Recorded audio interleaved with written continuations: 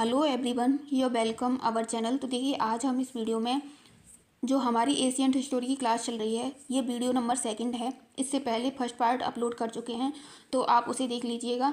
बाकी का आज का यहाँ बता दें, हम इसमें एनसीईआरटी प्लस लूसेंट घटना चक्र पूर्वावलोकन से जितने भी पीवाईक्यूज़ हैं प्राचीन इतिहास से, उन सभी को देखेंगे, जो कि पीवाईक्यूज़ को एनालिसिस करते हुए ये नोट्स बनाए हैं। तो यहाँ पे हम अपने क्वेश्चंस देखते हैं। आज इसमें मौर्योत्तरकालीन और जो अशोक के गुहालेख, अभिलेख, शिलालेख थे, उससे संबंधित क्वेश्चंस देखेंगे।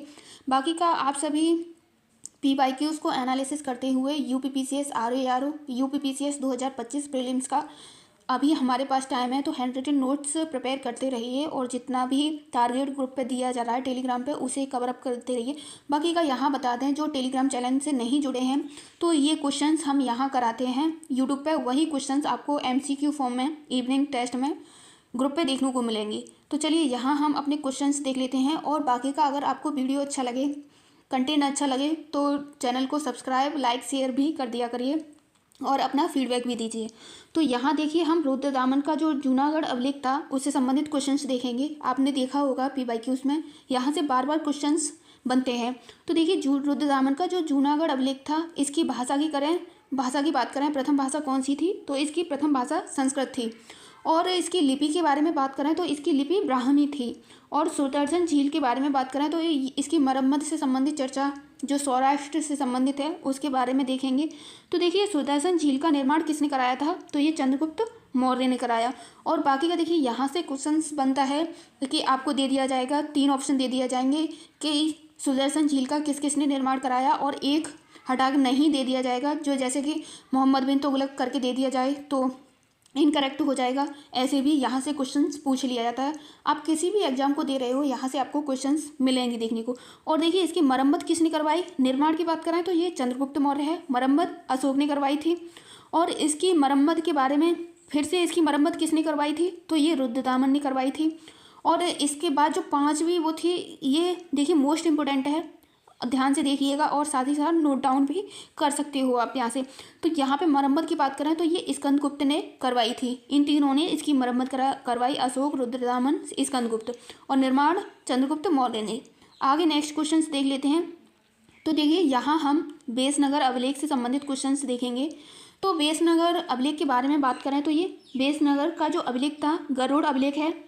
और ये यूनानी राजा एंटियालकिड्स के राजदूत हेरोडोटस द्वारा निर्मित था। बेसनगर गरुड़ ध्वज अभिलेख जो था, और ये भगवान विष्णु को समर्पित था। बेसनगर का जो गरुड़ अभिलेख है, भगवान विष्णु को समर्पित था। यहाँ पे 9वें सुकवंश के शासक जो भागभद्र के दरबार में आए थे, सुकवंश के जो 9वें शासक थे, वो किसके दरबार में आए, तो वो भागभद्र के दरबार में आए थे। यहाँ अपना नेक्स्ट देख ले। तो देखिए, यहाँ धनदेव का लेख था जो उससे संबंधित है। तो ये धनदेव का जो अभिलेख था, पुष्यमित्र द्वारा 2 अश्वमेध का वर्णन इसमें किया गया है। और बाकी का आप सभी यूपीपीसीएस मेंस का 2024 वाले का तो अच्छे से कर ही रहे होंगे, और उसका हिंदी का भी सिलेबस बता देंगे। बाकी का यहाँ देखिए, नेक्स्ट पे देखते हैं। तो खारवेल का जो अभिलेख था, धनदेव से ही संबंधित है। खारवेल अभिलेख के बारे में बात करें तो ये हाथी गुहा अभिलेख था, और ये उदयगिरी की पहाड़ी पर स्थित है। और पूछ लिया जाए कि उदयगिरी की पहाड़ियाँ कहाँ स्थित हैं, तो ये उड़ीसा में स्थित हैं। आगे नेक्स्ट क्वेश्चंस देख लेते हैं। नागनिका का नाना घाट लेक था, उससे संबंधित क्वेश्चंस। तो इससे संबंधित क्वेश्चंस के बारे में बात करें तो गौतमी बालश्री, ये सातवाहन से संबंधित था, इससे संबंधित था नागनिका अभिलेख। और इसमें किसका उल्लेख किया गया है, तो नागनिका और नाना घाट अभिलेख में भूमिदान का उल्लेख किया गया है। आगे नेक्स्ट क्वेश्चंस देख लेते हैं। तो देखिए, यहाँ बात की है गुप्तकालीन जितने भी अभिलेख थे, उनसे संबंधित क्वेश्चंस की। तो गुप्तकालीन अभिलेख जो थे, हरिशेठ का प्रयाग प्रशस्ति अभिलेख, ये इससे संबंधित कौन था, समुद्रगुप्त की विजय की यात्रा का वर्णन इसमें किया गया है। हरिशेठ के प्रयाग प्रशस्ति अभिलेख में किया गया। वही महरौली अभिलेख के बारे में बात करें तो ये किससे संबंधित था, चंद्रगुप्त द्वितीय से महरौली चंद्रगुप्त द्वितीय से संबंधित है। वहीं मंदसौर अभिलेख के बारे में बात करें तो ये कुमारगुप्त से संबंधित है।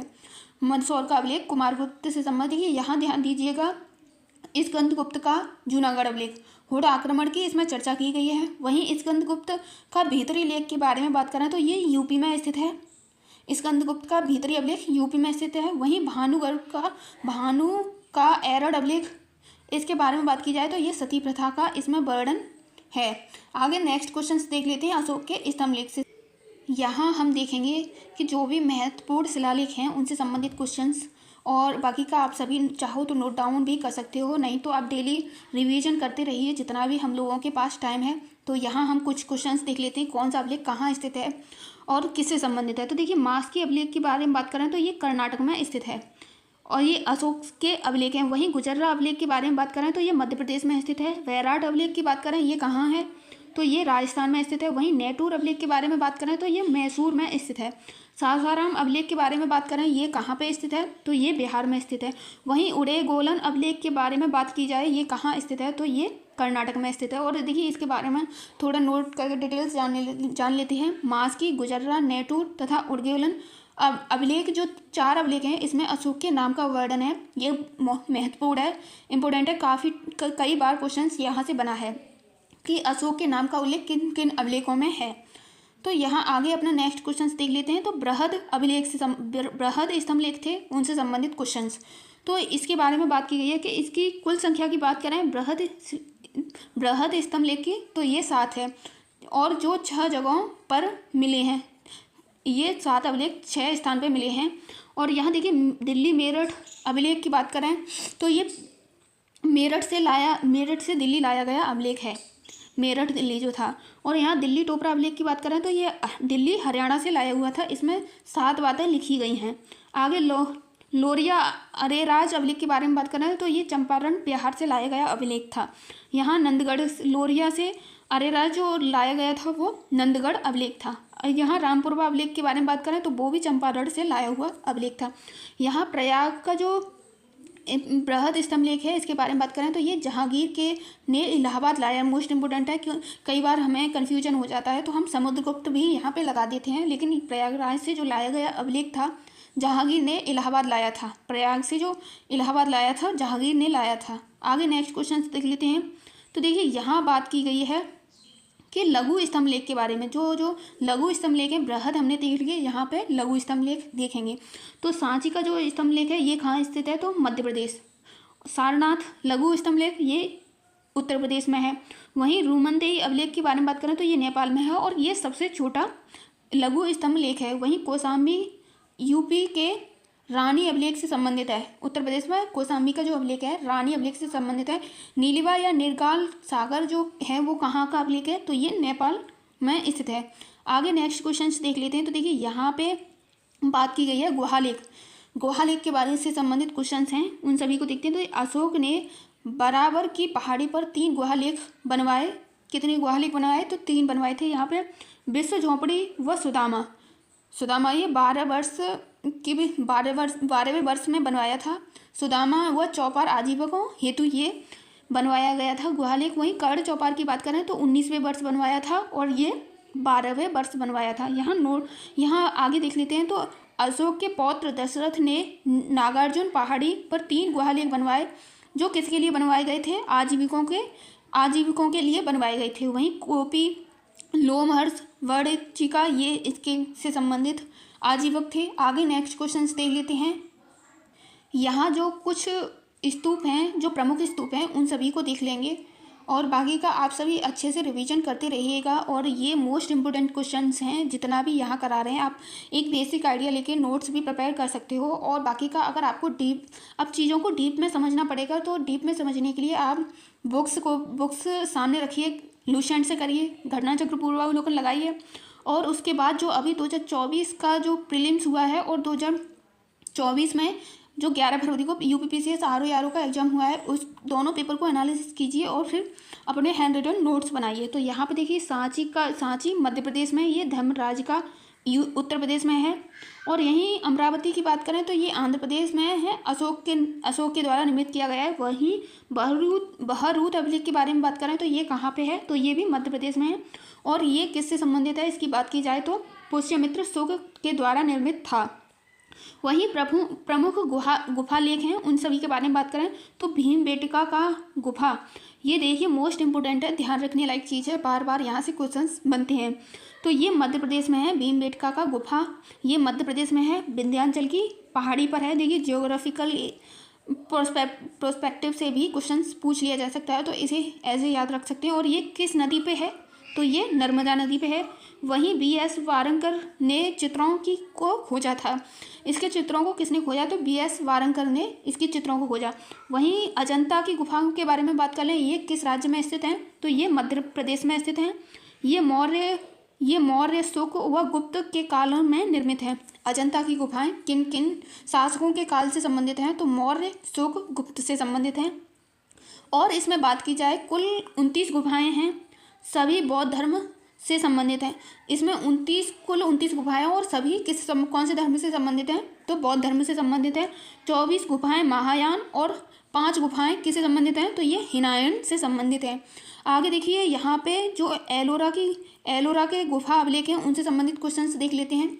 तो एलोरा के जो गुफा अभिलेख हैं 32 गुफाएं हैं, इसमें 16 हिंदू हैं, 12 बौद्धों से समर्पित हैं, वहीं 4 जैनों को समर्पित हैं। और कैलाश मंदिर राष्ट्रकूट में स्थित है। यहाँ देखिए बादामी की गुफाओं के बारे में बात कर लें तो ये कर्नाटक में है और एलिफेंटा महाराष्ट्र में है। अब आगे के कुछ क्वेश्चंस और देख लेते हैं। यहाँ पे देखिए गांधार शैली के बारे में बात की गई है, उससे संबंधित क्वेश्चंस देखते हैं। तो गांधार शैली एक विदेशी प्रभाव से प्रभावित थी और ये ग्रीक भाषा की है और पेशावर व अफगानिस्तान से संबंधित है गांधार शैली, और ये बौद्ध इसमें मूर्ति भी हैं, इससे संबंधित हैं। वहीं अमरावती शैली की बात करें तो ये सातवाहनों से संबंधित है और बौद्ध मूर्ति इससे संबंधित है। आगे के नेक्स्ट क्वेश्चन देख लेते हैं जो कि मंदिर निर्माण से संबंधित हैं। तो देखिए यहाँ मंदिर निर्माण से संबंधित क्वेश्चंस देखें तो ये 3 शैली से मंदिर बनाए जाते हैं। जो भारत में मंदिर हैं वो 3 शैली से बनाए गए मंदिर हैं। तो यहाँ देखिए नागर शैली से जो मंदिर बनाए जाते हैं वो उत्तर भारत से संबंधित है। वहीं द्रविड़ शैली की बात करें तो ये दक्षिण भारत से संबंधित है। यहाँ पर देखिए एक और क्वेश्चन ऐड करके देखें कि जो राम मंदिर है वो किस शैली का है, तो वो नागर शैली से बना हुआ मंदिर है। नागर शैली से बना हुआ राम मंदिर है। वहीं वेसर मंदिर की बात करें तो ये मध्य भारत से संबंधित है। वहीं नागर शैली के बारे में कुछ जान लें तो ये मुख्यतः उत्तर भारत से ही संबंधित हैं। और पंचायतन मंदिर के बारे में बात करें तो ये मुख्य देवता बीच में होते हैं। इसमें पंचायतन शैली में जो देवता की मूर्ति स्थापित की जाती है वो बीच में की जाती है मुख्य देवता के। गर्भगृह प्रमुख देवता होते हैं इस मंदिर के, जो नागर शैली के मंदिर होते हैं इनके जो गर्भगृह के देवता होते हैं वो प्रमुख होते हैं। आगे के नेक्स्ट क्वेश्चंस देख लेते हैं। यहाँ देखिए कुछ क्वेश्चंस देखते हैं। मृदभांड जो पहले के प्राचीन बर्तन थे उनसे संबंधित क्वेश्चन। तो यहाँ पे देखिए प्राचीन भारत में प्रमुख 4 प्रकार के मृदभांड मिलते हैं, 4 प्रकार के मिलते हैं। काले व लाल की बात करें तो ये किस काल से संबंधित हैं, तो पाषाण काल में जो बर्तन मिलते थे काले व लाल मिट्टी के मिलते थे। वहीं गैरिक की बात करें तो ये हड़प्पा से संबंधित हैं। चित्रित व धूसर की बात करें तो ये उत्तर वैदिक से संबंधित हैं।